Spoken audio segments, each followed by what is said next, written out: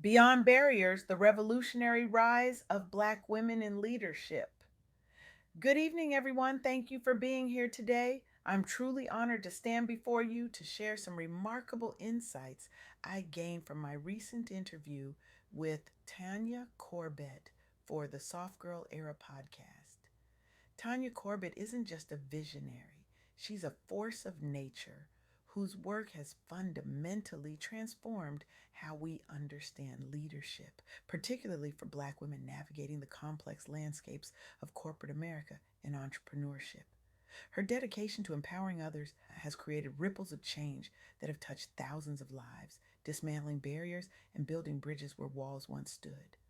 Through her mentorship programs, speaking engagements, and advocacy work, Tanya has literally rewritten the playbook for what's possible when we truly value diverse leadership. What struck me most during our conversation was something that profoundly challenges our conventional understanding of success for Black women in business. It's a perspective that doesn't just shift the narrative, it completely upends it. We've all heard the disheartening statistics about the underrepresentation of Black women in corporate leadership. We've seen the headlines, read the reports, nodded our heads in disappointment. But there's another story unfolding right before our eyes that deserves not just our attention, but our celebration and support. Despite the formidable challenges Black women face in corporate leadership, they are achieving unprecedented success in entrepreneurship. This isn't just incremental progress, it represents a seismic shift in how Black women are creating economic power. Did you know that 14% of all women owned businesses are Black or African American owned? Let that sink in for a moment. 14%. This is extraordinary when you consider that Black women make up approximately 7% of the US population. Black women aren't just participating in entrepreneurship, they're excelling at twice the rate of their demographic representation. This insight from Tanya completely reframes the narrative. It's not just about breaking through glass ceilings, it's about building entirely new structures, ones with foundations of equity and walls of opportunity.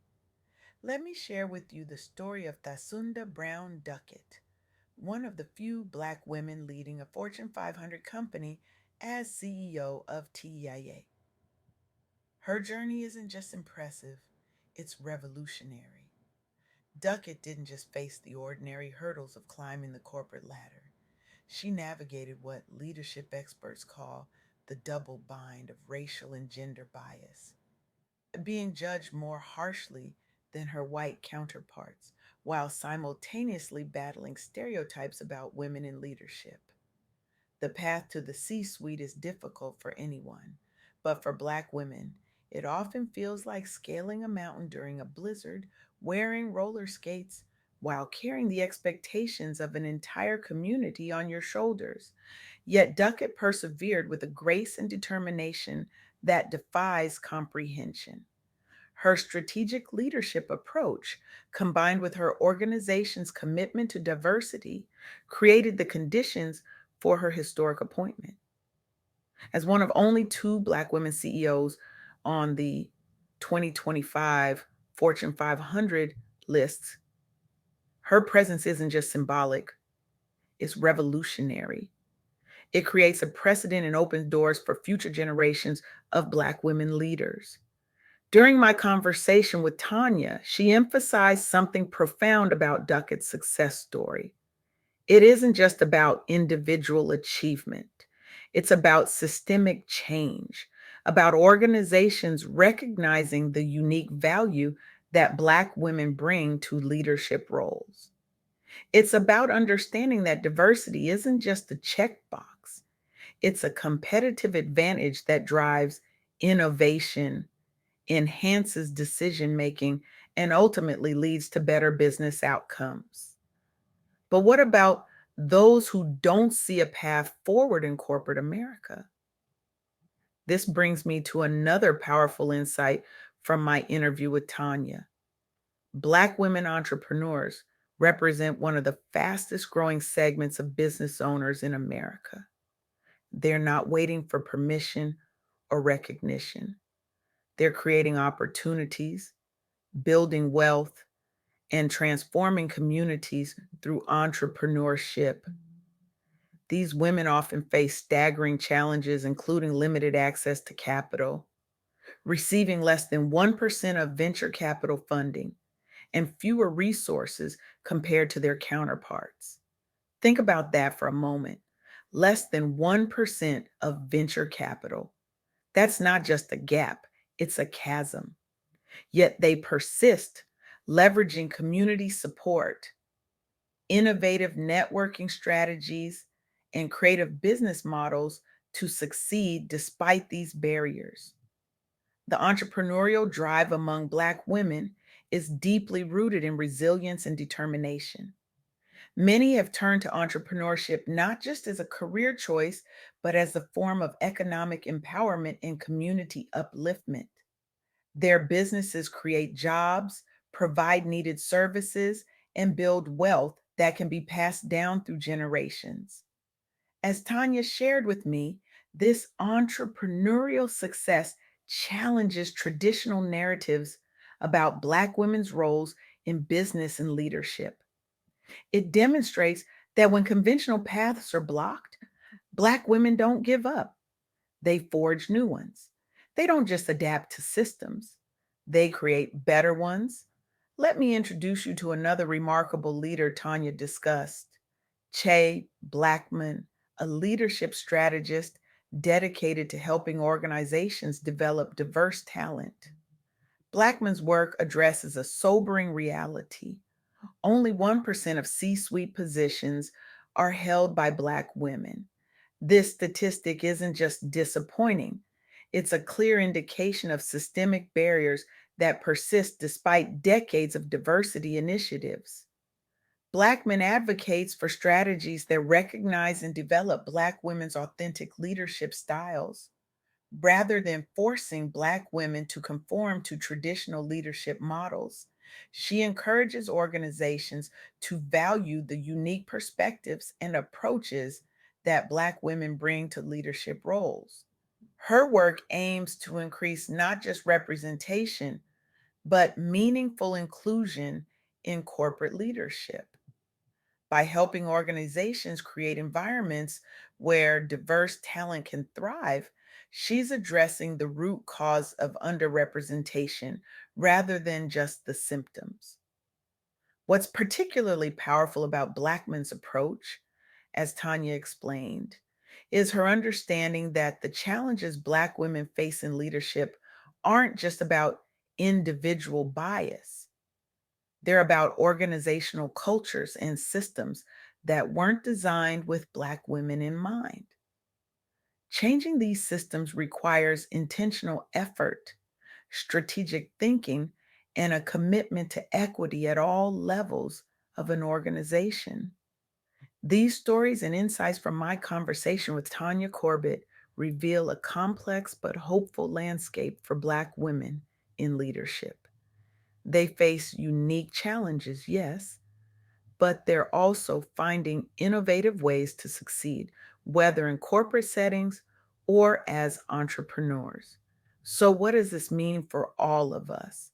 What collective actions can we take to support Black women in breaking through leadership ceilings and achieving their full potential? First, we must acknowledge that the double bind of racial and gender bias is real. Black women aren't imagining the additional scrutiny they face or the higher standards to which they're held. Recognition is the first step toward change. Second, organizations must move beyond diversity initiatives that focus solely on hiring and examine their cultures, policies, and promotion practices. Are Black women being mentored and sponsored at the same rates as others? Are their contributions recognized and rewarded? Are they given opportunities to lead high visibility projects? These questions reveal where real change needs to happen. Third, we need to expand our definition of leadership success. The entrepreneurial achievements of Black women deserve celebration and support. By investing in Black women owned businesses, mentoring aspiring entrepreneurs, and creating networks that provide access to capital and resources, we can help ensure that entrepreneurship remains a viable path to leadership and economic empowerment. Fourth, as Tanya emphasized repeatedly in our interview, we must create spaces where Black women can be authentic leaders. This means challenging stereotypes about what leadership looks like and valuing diverse leadership styles and approaches. Finally, we must recognize that supporting Black women in leadership isn't just about fairness, it's about excellence. Research consistently shows that diverse leadership teams make better decisions, are more innovative, and ultimately more successful. When we remove barriers for Black women, everyone benefits: companies, communities, and our entire economy. The journey toward equity in leadership is ongoing. It requires commitment, courage, and a willingness to challenge the status quo.